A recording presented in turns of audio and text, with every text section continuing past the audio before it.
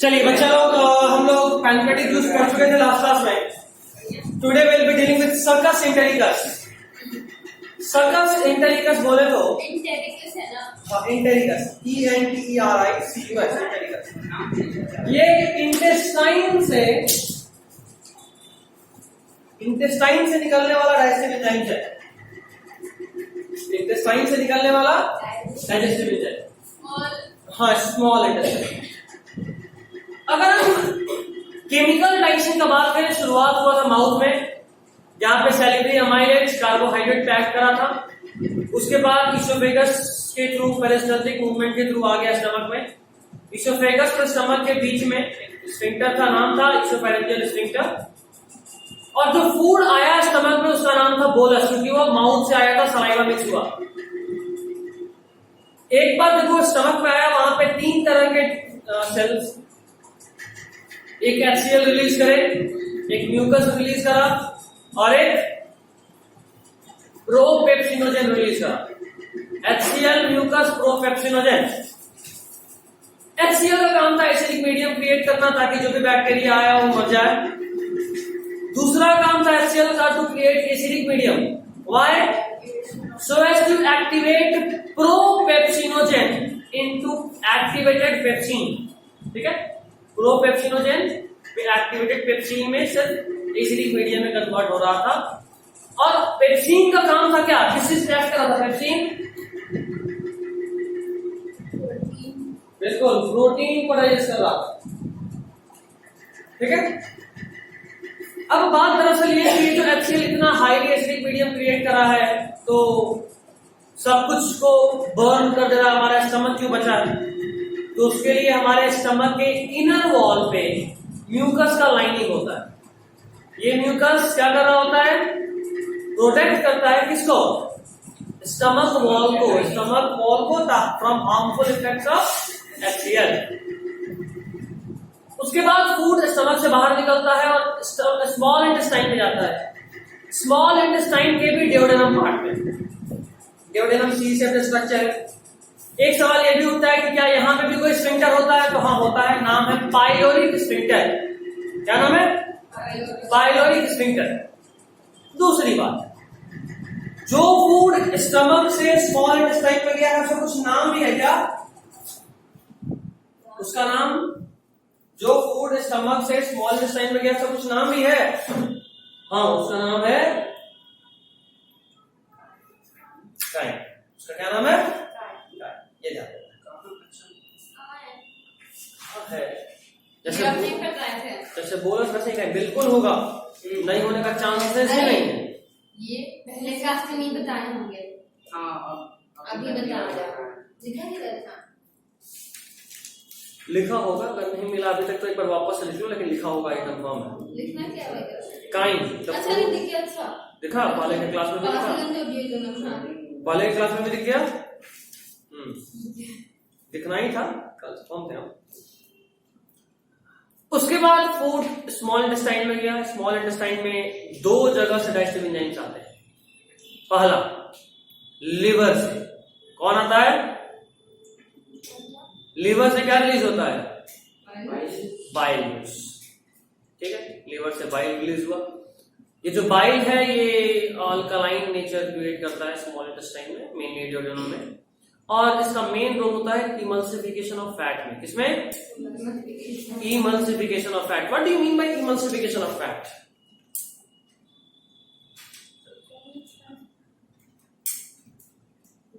दो टर्म होता है। एक टर्म डाइजेशन ऑफ फैट और दूसरा ब्रेकिंग ऑफ फैट। कौन होता है इमल्सिफिकेशन? ब्रेकिंग। डाइजेशन नहीं होता है। एक्चुअली में हम एक बड़े फैट मॉलिक्यूल को छोटे छोटे फैट मॉलिक्यूल में कन्वर्ट कर रहे होते हैं, ना कि उसको डाइजेस्ट करके फैटी एसिड और ग्लिसरॉल में कन्वर्ट करते हैं। We are converting that fat molecule or fat globule into a smaller fat globule rather than digesting them into fatty acid and glycerol. Got it? चलिए, ये भी बात हो गया। अब अगला बात करते हैं। फैटी एसिड ग्लिसरॉल वाला बात खत्म। अब आए हम पैनक्रियाज। तो अच्छा, एक और चीज, बाइल जूस डायरेक्टली लीवर से स्मॉल इंटेस्टाइन में रिलीज नहीं होता. Bile is secreted by liver, but first stored in gallbladder. In that gallbladder, or better to say, from that gallbladder, as and when required, the bile is coming inside this duodenum part. जब और जितना जरूरत हो उसके हिसाब से bile gall bladder से duodenum में आता है, ना कि डायरेक्टली लीवर से आता है. ठीक है. यहां पे डक्ट भी बताए थे, सिस्टिक डक्ट, याद आ रहा है कुछ? डक्ट कैरीज बाइल, थोड़ा इंपॉर्टेंट है, ध्यान रखिएगा. कौन सा डक्ट बाइल कैरी कर रहा है? तो सिस्टिक डक्ट. चलिए, ये भी आगे सब समझ गए. अगला बात हम लोग करें अब पैनक्रेटिक जूस का. पैनक्रियाज से तो जूस आया, एंजाइम्स आया, 2-3 चीज मेनली, ट्रिप्सिन आ रहा होता है. सबसे पहले देखो बात करें तो पैनक्रेटिक अमाइलेज है जो स्टार्च पैक करेगा. वैसे पैनक्रियाज इंडोक्राइन ग्लैंड है, एक्सोक्राइन ग्लैंड है?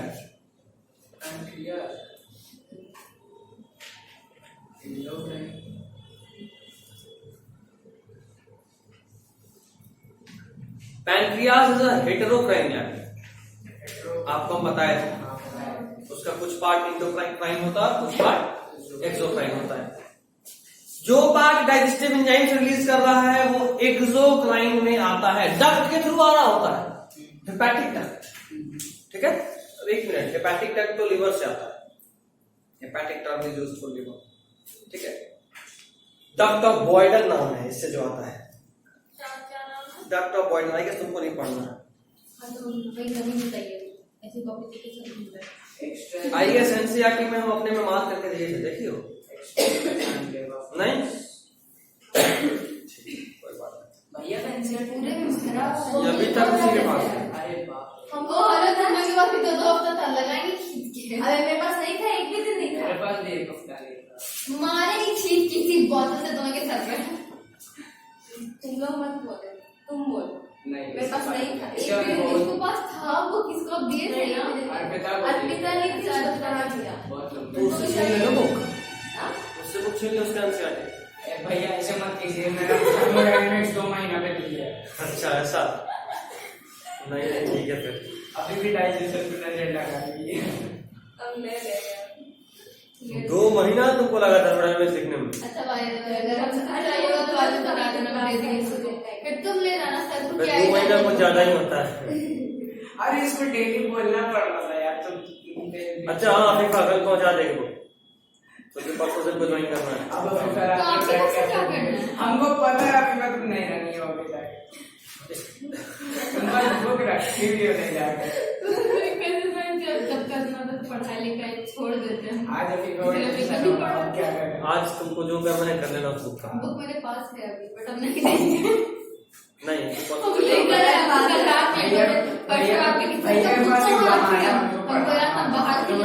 खराब हो जाएगा, इसलिए अंदर रख दिए थे.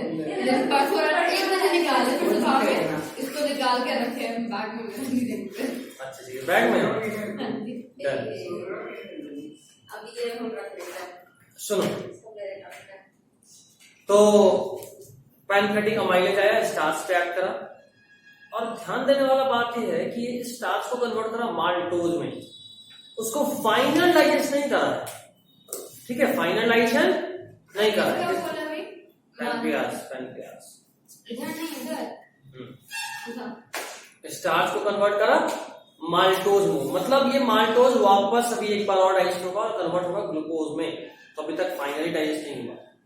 दूसरा बात करें पैनक्रेटिक लाइपेज का, जो कि इमल्सिफाइड फैट पैक करा और उसको फैटी एसिड और ग्लिसरॉल में कन्वर्ट कर दिया. मतलब ये फाइनलाइजेशन हो गया है ना.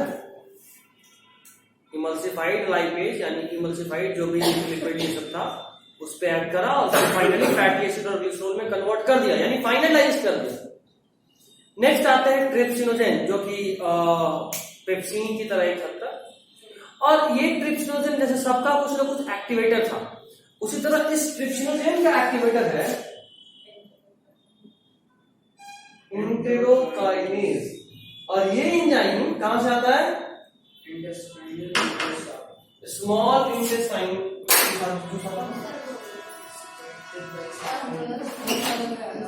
जो स्मॉल इंटेस्टाइन का जूस होता है जिसको आप सर्कस इंटेरिकस बोलते हो, वहां से, ठीक है।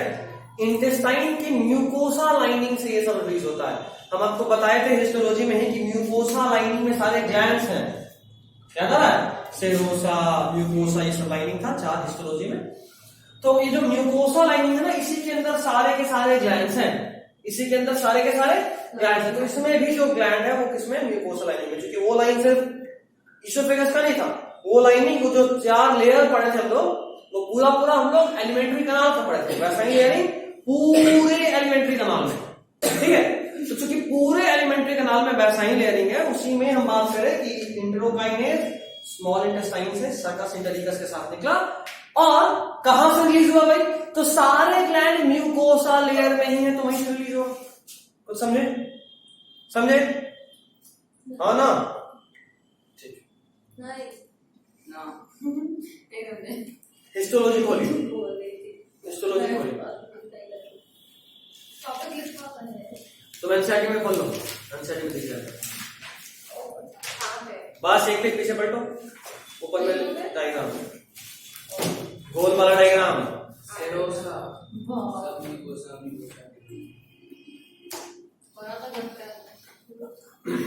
बहुत पहले कर गए, हम बता रहे हैं।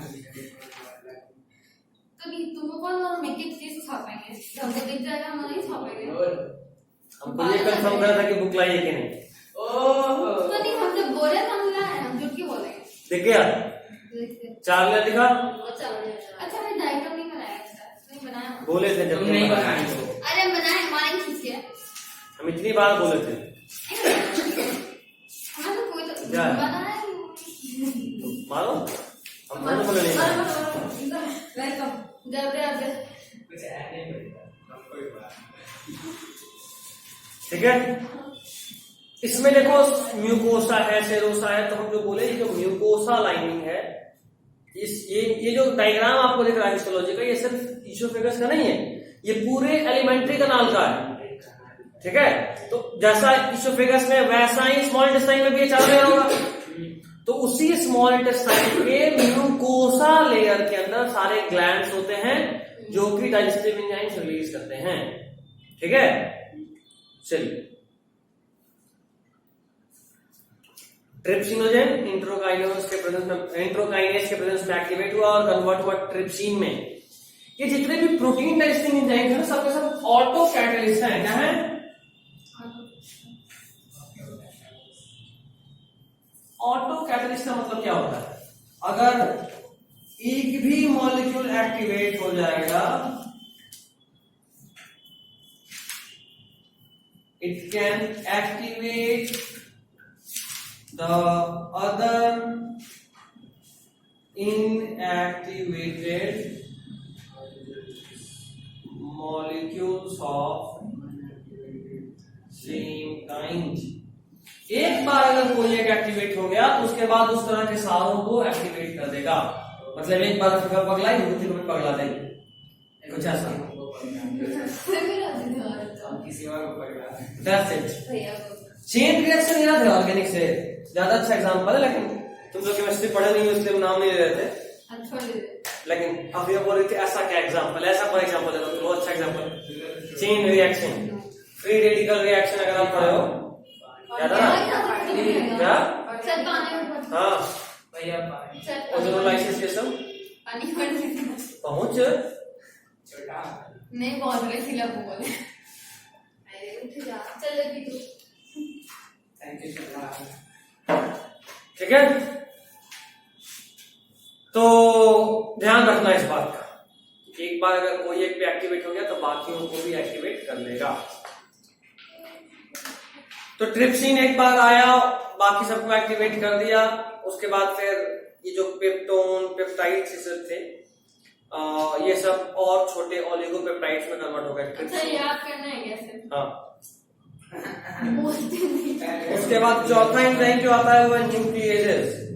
खाना में न्यूक्लिक एसिड भी तो होता है, उसी के नीचे पेज नंबर 262 में देखो। अरे यार हम डाइट उससे ना देख सकते।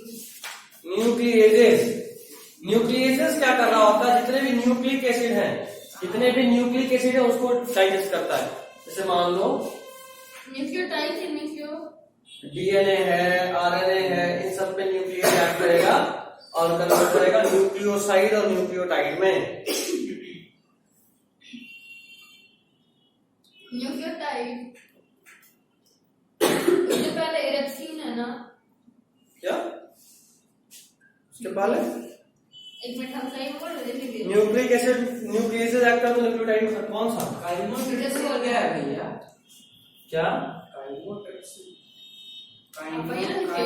दोनों को मिला के एक साथ, ये दोनों कुछ भी रहे, ये दोनों एक साथ एक्ट करके ये फाइनल बनेगा। ये फाइनल डाइजेशन, इसके बाद का डाइजेशन क्या बनेगा? पेंटोसिक और नाइट्रोजन गैस। ये इंटेस्टाइनल से बनेगा। हम अभी इसका बात कर रहे थे पैनक्रियाज। उसके बाद ये फिर डाइजेस्ट होगा, ठीक है? हाँ, तुम क्या पूछ रहे थे? हाँ, काइमोट्रिप्सिनोजेन ये सब एंजाइम है। काइमोट्रिप्सिन, ट्रिप्सिनोजेन, प्रोकार्बोक्सीपेप्टाइडेज, ये सब एंजाइम है। हम आज जाने वाले हैं। कोई बात नहीं, लगना अच्छा लगेगा। स्टेटस में लगाएंगे। सुन, अब आखिर में काम करेगा स्मॉल इंटेस्टाइन का एंजाइम, जो कि हम आज स्टार्ट जहां करे थे वापस वहीं पहुंच गए। उसके पहले का अभी बीच में रिकैप। स्मॉल इंटेस्टाइन से जो रिलीज हुआ साकस सिंथेटिकस, वो फाइनल डाइजेशन कराता है। क्या कराता है?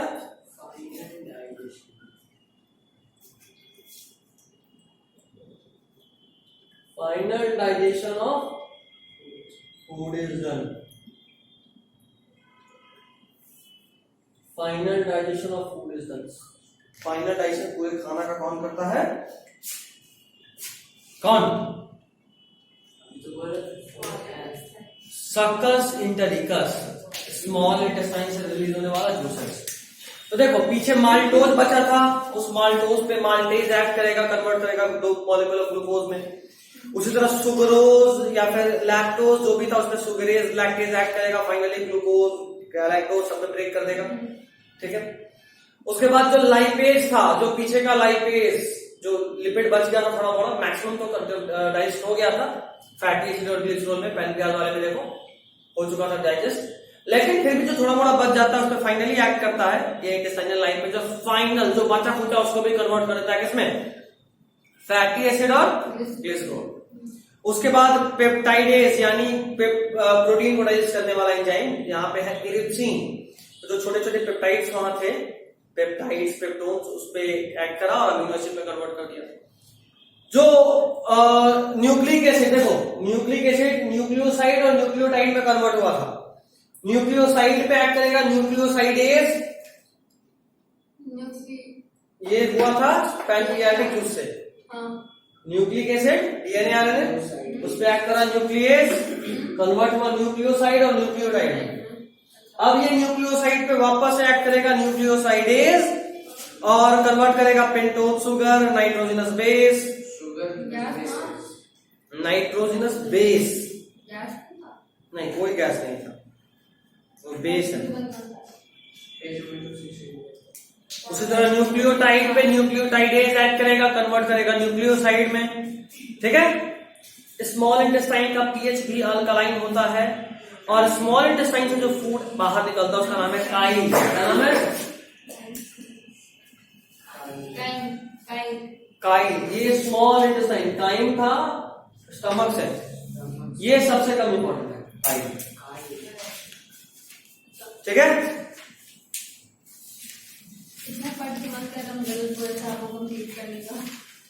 अभी तक पढ़े कहाँ? तो रिकैप था, स्मॉल से तो खत्म हो गया शुरू होते के साथ। शुरू होते के साथ हाँ, ये सब तो पहले का है। यहाँ पे स्टार्ट करा था और खत्म हो गया उसके बाद तुरंत। वहाँ स्टार्ट हुआ था, वहाँ काइल पता इसलिए आपको उसी वक्त दे देना चाहिए था रिकैप, नहीं आपको क्या क्या देना चाहिए था? कुछ नहीं पढ़ेंगे। Next is absorption. फूड का डाइजेशन कंप्लीट हो चुका, उसको एब्जॉर्ब करा जाएगा। एनसीईआरटी के हिसाब से ये सबसे तगड़ा पेज है, ठीक है? एनसीईआरटी से एक पेज बाद, ये 2 पेज ये सबसे तगड़ा पेज है और कारण इसका ये है कि यहाँ छोटा छोटा इतना पॉइंट है ना कि परेशान कर देता है काम। ये नए वाले एनसीईआरटी में ऐड हो गया, पहले एक्स्ट्रा था तो हम साइड में लिखे हुए थे। सीधा बुक दो भैया का ये ना फोटो हम भेज देंगे सर। कोई जरूरत नहीं बुक देने से दो ना नहीं भैया देंगे। बता रहे हार्ट टूट जाएगा अगर आप कुछ मेरे हाथ पे होने। भैया लास्ट में क्लास खत्म होगा, विभूति को पार्टी का सुपारी देना है। देखो बुक मेरे घर पे डिलीवर करके आएगी वो।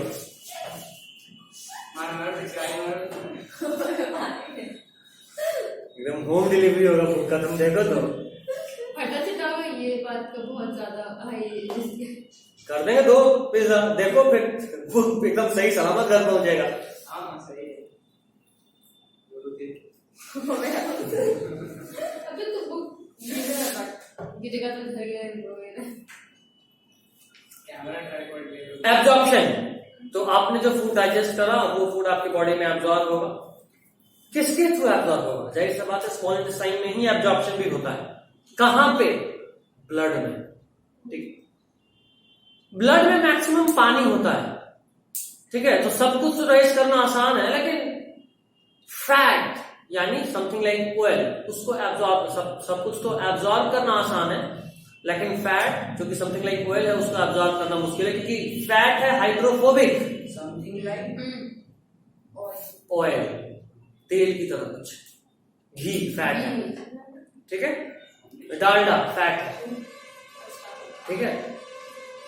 तो ये सब फैट, तो फैट को एब्जॉर्ब करना मुश्किल होता है। कारण भाई साहब आप तेल को पानी में कैसे एब्जॉर्ब करेंगे, है ना। तो यहाँ पे एक और चीज होता है जिससे हम क्या कर रहे होते हैं कि एब्जॉर्ब करने से पहले उस फैट को चारों तरफ से प्रोटीन से कोट कर देते हैं, छुपा देते हैं। मतलब जैसे अफीफा को इस रूम से बाहर निकालना और बाहर में कोई मर्डर बैठा हुआ, अफीफा को लगते हैं डिस्काउंट, अफीफा को हर तरफ से प्लास्टिक में पैक कर देंगे, उसके बाद इसको गिफ्ट समझ के टांग के लेके जाएंगे, तो नहीं समझेगा कुछ वैसा ही। हाँ ट्रॉली बैग में हाइट छोटा हट जाएगी। ये रहा प्रोटीन मॉलिक्यूल, उसके बाद हर तरफ से प्रोटीन, मतलब ये रहा फैट मॉलिक्यूल, हर तरफ से प्रोटीन।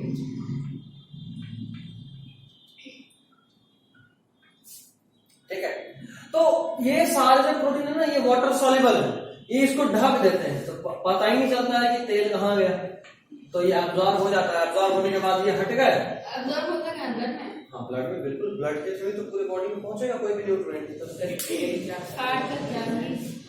क्या फैट फैट का ब्लड क्या ही हमारे बॉडी में जितने भी इम्यूनिटी के लिए चीज है ना, इम्यूनिटी के लिए वो सब कुछ फैट से बनता है। ग्लोबुलिन का इम्यूनिटी में बहुत इंपॉर्टेंट रोल है। क्या था आपने फिर भी के फैट ग्लोब्यूल का इम्यूनिटी में बहुत इंपॉर्टेंट रोल है। ताकत देता है ना? नहीं, ताकत नहीं देता, इम्यूनिटी यानी प्रोटेक्शन। ताकत देने का मेन काम है कार्बोहाइड्रेट का। तो माड़ भात जो खाता है ज्यादा ताकतवर है। माड़ सुने ना कभी?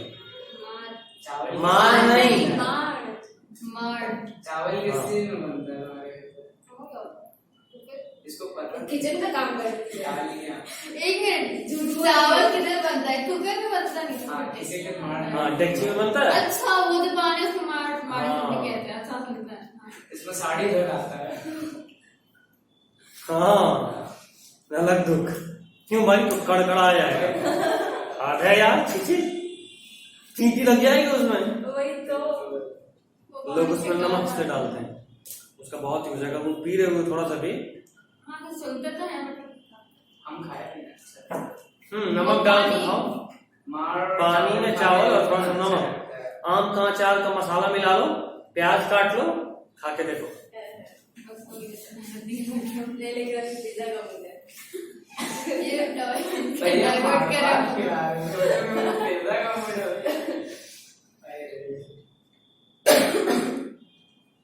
तो एब्जॉर्प्शन 2 जगह से होता है, मेनली ब्लड में, नहीं तो लिम्फ में। लिम्फ भी ब्लड ही तो है एक तरह से, है ना? थोड़ा सा डिफरेंस बताए थे सर्कुलेशन में। लिम्फ और ब्लड में ज्यादा डिफरेंस नहीं है। कैपिलरी से जब आरबीसी को छोड़कर और कुछ प्रोटीन को छोड़कर बाकी कंपोनेंट बाहर निकल जाता है ब्लड का, तो उसी का नाम क्या होता है? लिम्फ। क्या छोड़ के? आरबीसी और कुछ प्रोटीन्स। डब्ल्यूबीसी मेनली बाहर निकल जाता है। मतलब आरबीसी, डब्ल्यूबीसी आरबीसी नहीं निकलेगा, कुछ प्रोटीन नहीं निकलेगा, डब्ल्यूबीसी निकलेगा। हाँ, जो निकल के बाहर जाएगा वो लिम्फ। हाँ हाँ हाँ हाँ, बिल्कुल बिल्कुल बिल्कुल। तो इसका साइट क्या है भाई, कहाँ पे एब्जॉर्प्शन होता है? तो कुछ माउथ कैविटी में होता है, कुछ स्टमक में होता है, कुछ स्मॉल इंटेस्टाइन में होता है। और इस तीनों से नीट का क्वेश्चन बनता है, माउथ में क्या होता है? Which of the following is absorbed in mouth? ध्यान रखना, थोड़ा सा ग्लूकोज, कुछ ड्रग आपके माउथ से एब्सॉर्ब जाता है। हाँ, स्टमक से अल्कोहल एब्सॉर्ब होता है। बहुत डिटेल में आपको पढ़ना है ह्यूमन डिजीज।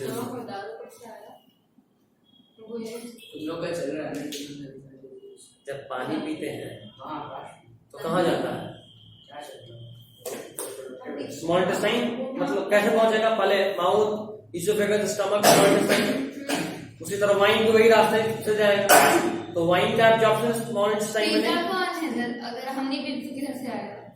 तुम नहीं पी तो तुम्हारे में नहीं आएगा। अच्छा से ऐसा अबे तो जो पिएगा उसमें। अरे भाई ऐसे लिखा है तो हम थोड़ा कंफर्म समझ लेना क्या आएगा कि नहीं आएगा, लिखना ना चाहिए। जो पिएगा तो इमेजिन कर लो पीछा चला गया पेट में, है ना? यही सही लॉजिक है तेरे लिए। नहीं, हम तो नहीं इमेजिन कर रहे। कभी सुने कि हीमोपैथिक डॉक्टर बोला हो कि बेटा जीभ पे दबा लो? जीभ पे वो कुछ ड्रॉप डालता है, कुछ पाउडर देता है जीभ में। हाँ, उसमें भी अल्कोहल होता है। बिल्कुल। और उसका कुछ पार्ट आपके टंग से ही एब्जॉर्ब हो जाता है, इसलिए जीभ पे लेने बोलता है। जल्दी सही सा बात है। देखते भी जीभ पूरा लहर जाता है उस वक्त। पानी तो जल्दी नहीं पीने देता है। सही सा बात है, फिर तो सारा दवा पेट में पहुंच गया। खैर, उसके बाद कुछ स्मॉल इंटेस्टाइन में और कुछ लार्ज इंटेस्टाइन में होता है। स्मॉल इंटेस्टाइन में तो मेजर एब्जॉर्प्शन ही होता है, बोले main site of absorption. Large intestine में क्या? तो मेनली वाटर एब्जॉर्प्शन। कहाँ बोलोगे? लार्ज इंटेस्टाइन में। कुछ ड्रग भी होता है, कुछ मिनरल विटामिन भी होता है। कई बार तो कुछ विटामिन बनाया भी जाता है लार्ज इंटेस्टाइन में। जैसे अपेंडिक्स में होता है इकोलाई, जो बनाता है विटामिन के। ठीक है, हमारे बॉडी में हर चीज का कुछ ना कुछ रोल है। जगह पे रहा तो सही, जगह पे ही रहा तो फिर बीमारी कॉज करेगा। इकोलाई अपेंडिक्स में है, बहुत अच्छा है। इकोलाई कहीं और है, डेली 5 सुइयां बुकाएगा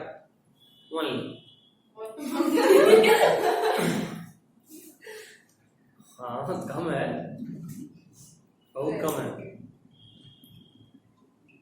वो भी एक सुई तो लगा के हमेशा नस में छोड़ देगा।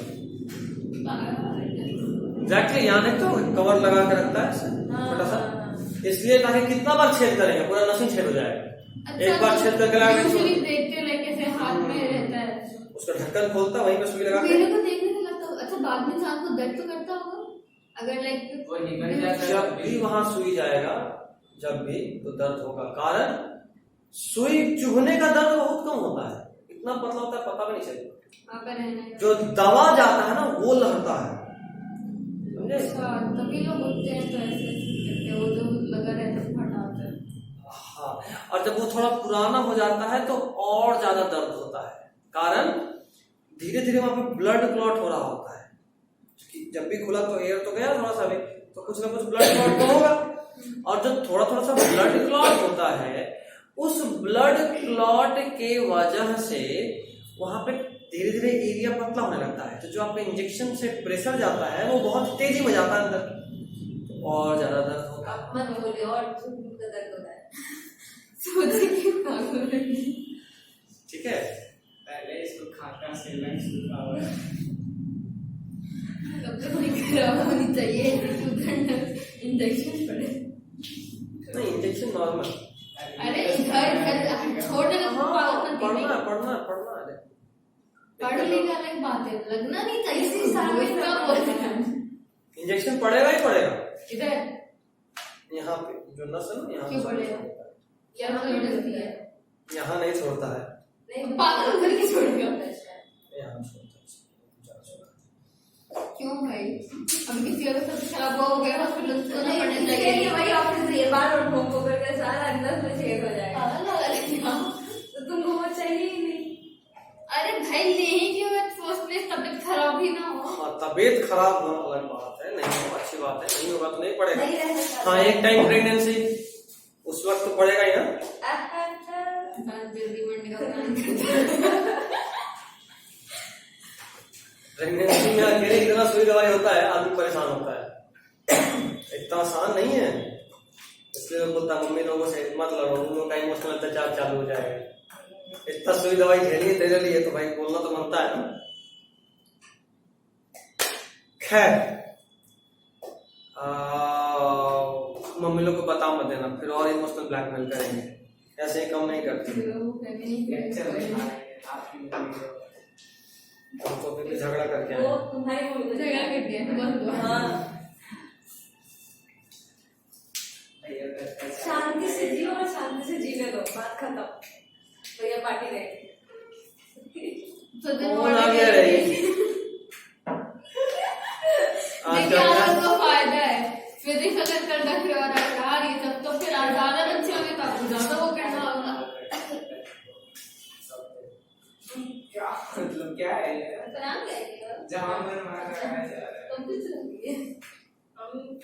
उसका जो मेरा उसका है मेरा है। जो तेरा बट उसका ये नहीं। क्वेश्चन कब बना? पहले ही बता तो जो तेरा और मेरा। और जो मेरा वो तो ऑलरेडी मेरा है। मार देंगे। तो बुला के एक काम करो मार आईडी कार्ड से क्यों खेलना है भाई?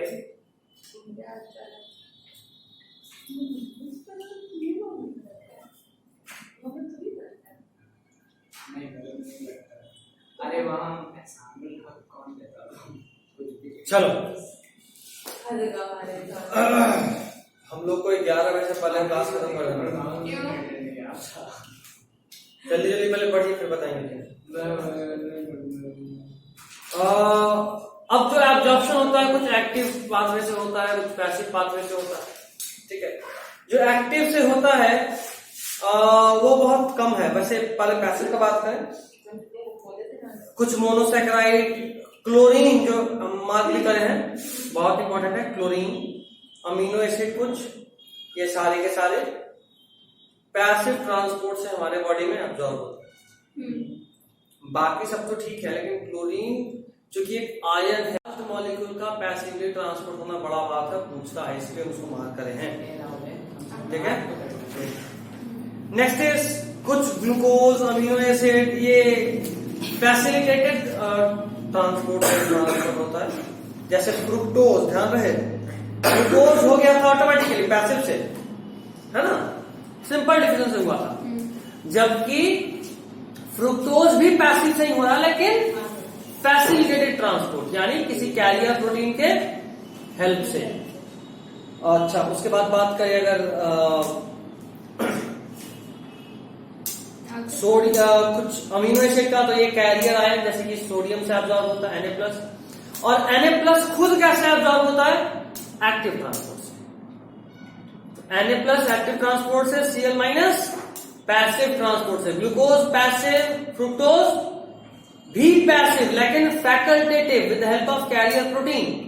ठीक है, चलिए एब्जॉर्प्शन का वाटर का ऑस्मोसिस के थ्रू होता है। फैट का कैसे होता है हम बता चुके, जो डाइजेस्टेड फैट है पहले बाइल साल्ट उस पे एक्ट होता है, वो माइसेल्स में कन्वर्ट होता है, यानी बहुत छोटे छोटे फैट मॉलिक्यूल्स पे।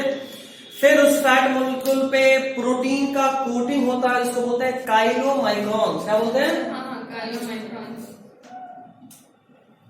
कहाँ पढ़ के आए ये? अरे लिखा हुआ है यार, डायग्राम बनाया है थोड़ा। काइलोमाइक्रॉन्स, ठीक है, और फिर वो ब्लड में एब्जॉर्ब हो जाता है। ठीक है, अब इंटेस्टाइनल म्यूकोसा सेल भी बोलते हैं क्या? इंटेस्टाइनल म्यूकोसा यानी पहले तो इंटेस्टाइन में ही जाएगा ना, इंटेस्टाइन के वॉल में ही तो ब्लड होगा, तो इंटेस्टाइनल म्यूकोसा तो ले रहा था इंटेस्टाइनल वॉल का, अभी पढ़े थे। Next is assimilation. अभी आपको जो ऑब्जॉर्व करा उसको यूज करना है। तो ये अब यहां से कहानी खत्म हो चुका है डाइजेशन का, अब कुछ बचा नहीं है। Carbohydrate, protein, fat, mineral, vitamin और वाटर, इतना ही आते हैं। मिनरल, विटामिन और वाटर मेटाबॉलिक रेगुलेटर है, बाकी सब अलग अलग जगह पे। कार्बोहाइड्रेट एनर्जी देने के लिए, फैट डिफेंस में, प्रोटीन बॉडी बिल्डिंग में। अब बात करते हैं कि अगर हमारे बॉडी को जरूरत रहा एनर्जी का और खाना है नहीं, तो कैसे एनर्जी मिलेगी? तो सबसे पहले कार्बोहाइड्रेट एक्ट करेगा 24 घंटा तक, उसमें आपको नॉर्मल एनर्जी देगा, कोई साइड इफेक्ट ज्यादा नहीं होगा। इसीलिए हम लोग कुछ कार्बोहाइड्रेट स्टोर भी करते हैं। Glucose is converted into glycogen and then stored in our body. कहां पे होता है ये सब कुछ? तो जो एक्सेस ग्लूकोज है वो जाकर लीवर में ग्लाइकोजन के फॉर्म में स्टोर हो जाता है। ठीक है, ध्यान रखना इसका दो वैल्यू, कैलोरीफिक वैल्यू और फिजियोलॉजिकल वैल्यू कितना है। हाँ, नीट में लास्ट ईयर पूछा है। कैलोरीफिक मतलब जब हम एक मॉलिक्यूल ऑफ कार्बोहाइड्रेट को बर्न करेंगे तो कितना एनर्जी मिलेगा। फिजियोलॉजिकल मतलब कि लगाने में कितना लगा और मिला कितना, दोनों का डिफरेंस, मतलब एक्चुअली में यूजेबल कितना आया, समझे?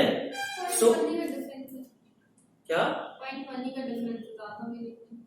हाँ, लेकिन ध्यान रखना। नेक्स्ट फैट, अगर कार्बोहाइड्रेट खत्म हो गया आपके बॉडी का तो फिर फैट आएगा। हमारे बॉडी में 15 to 25% ऑफ एनर्जी फैट से मिलता है। ठीक है, इसका कैलोरीफिक वैल्यू 9.45 है। कैलोरीफिक हाँ, 9.45 करो, 15 को 45 करो, 45 कीजिए। ये एनसीईआरटी का नया अपडेट है। हम 9 कहाँ पे? 9 देना फैट का 9.45, 9.45 और फिजियोलॉजिकल वैल्यू 9। ध्यान देने वाला बात यह है कि एक्सेस फैट स्टोर होता है डर्मिस के नीचे। डर्मिस यानी स्किन वाला लेयर, स्किन वाला। उसके बाद आता है protein. Protein body building material है, ये थर्ड फ्यूल है हमारे बॉडी का। अच्छा, ये क्या है? क्या ये पढ़ो, दूर से दिख थोड़ा सा रहा, पढ़ो। डिफिशियंसी ऑर्डर्स, ये इम्पोर्टेंट है बहुत ज्यादा, बताए क्यों नहीं? बहुत ज्यादा। सब कुछ पढ़ लोगी और डिफिशिएंसी पढ़ोगी नहीं। अरे भाई, तो बोल इधर लिखे हुए तो बताना ना चाहिए। ये जो साइड में लिखा हुआ है, इधर एनसीईआरटी में देखो, एनसीईआरटी साइड में वही सब तो लिखा हुआ है, देखो पढ़ो। नए वाले एनसीईआरटी इस पेज में नहीं है, इसके बाद वाले पेज में होगा। नया वाले एनसीईआरटी इधर इधर एक्सरसाइज वाले में। ये लिखे हैं क्या? हाँ, नए वाले एनसीईआरटी में ऐड कर दिया गया है। ये सब बता दीजिएगा क्या क्या है। बता। इस स्टेरिलिटी वाले में बाकी कुछ खाने में। उसके बाद प्रोटीन थर्ड फ्यूल है। ये एडवर्स कंडीशन में यूज होता है या फिर अगर बहुत ज्यादा एक्सेस हो जाए तब यूज होता है। इसका कैलोरीफिक वैल्यू 4.65 और फिजियोलॉजिकल 4। एक मिनट, कैलोरीफिक वैल्यू कितना है? 5.65। 5 पॉइंट ना भाई, एजिशन, बॉडी से फीकल मैटर का बाहर निकलना। ठीक है, और बाकी इसमें जो स्मेल होता है फीकल मैटर में वो 3-मिथाइल इंडोल की वजह से होता है। ठीक है, अब डिसऑर्डर का बात करते हैं। पीएम करके है क्या? प्रोटीन एनर्जी माल न्यूट्रिशन। पहले डिसऑर्डर पढ़ोगा। अब भाई उसी का पूछ रहे हैं तो ये डिसऑर्डर में नहीं आएगा। लेकिन आप बस पीएम लिख के छोड़ दीजिए तो पीएम लिख लो फुल फॉर्म, अगर नहीं याद है तो। तुम बहुत कुछ लिख के प्रोटीन एनर्जी माल न्यूट्रिशन।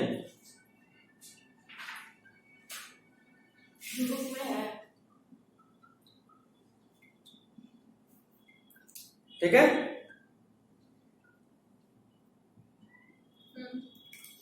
एक बीमारी, इसका नाम है क्वाशियोरकर। क्वाशियोरकर, ये जो क्वाशियोरकर है, अगर आपके बॉडी में प्रोटीन डिफिशिएंसी होगा बच्चे में जो कि 3 से 5 साल का है, तो हाई कैलोरी लो प्रोटीन। हाई कैलोरी लो प्रोटीन यानी एनर्जी तो खूब मिल रहा है लेकिन प्रोटीन कम है, तो उसको क्वाशियोरकर हो जाता है। Next is marasmus. ये इन्फेंट में होता है, मतलब जन्मजात बच्चा जो भी जन्म लिया, अगर उसमें एनर्जी और प्रोटीन दोनों का कमी हो रहा है तो वो मैरास्मस कहलाता है। ध्यान रखिएगा, लो प्रोटीन और लो कैलोरी दोनों है 1 साल से छोटे बच्चे में, तो उसमें जो बीमारी होगा उसको बोलेंगे मैरास्मस। कोई भी बीमारी होगी तो मैरास्मस। नहीं ना सूख जाएगा शरीर एकदम, पेट फूल जाएगा, शरीर सूख जाएगा। ठीक है, हम समझ सकते हैं मामा के बेटा। अच्छा कोई नहीं। जाकर मामी को रुलाएंगे। उसके बाद कॉन्स्टिपेशन, पीसीएम ये ट्रिक था याद करने का। प्रोटीन कैलोरी मैरास्मस, प्रोटीन का भी कमी, कैलोरी यानी एनर्जी का भी कमी, तो जो बीमारी होता है उसको मैरास्मस बोलते हैं। अच्छा ये जो क्वेश्चन है सिर्फ प्रोटीन ये का बाहर से होता क्या पहले कभी तो क्या? ये जो बीमार डिसऑर्डर है क्वेश्चन के बाहर का है क्या? नाम तो लग रहा है इंडियन का नाम नहीं देंगे हमको यकीन। इंडियन वाले का नाम मंगरुआ डमरुआ ही हो सकता है। एग्जैक्टली इसलिए नहीं कर सकते। नेक्स्ट इज कंस्टिपेशन, नेपाली बात होगा है ना? डेवलपमेंट टाइम है कंस्टिपेशन भी समझाना पड़ेगा। हाँ हो गया चैप्टर खत्म हो चैप्टर खत्म। This is all for today. मोमेंटिंग now you can go to your home happily. नहीं हम ड्राइवर को भी 11 बजे बोले आप order This is all for today. करिए बुलाइए जल्दी से या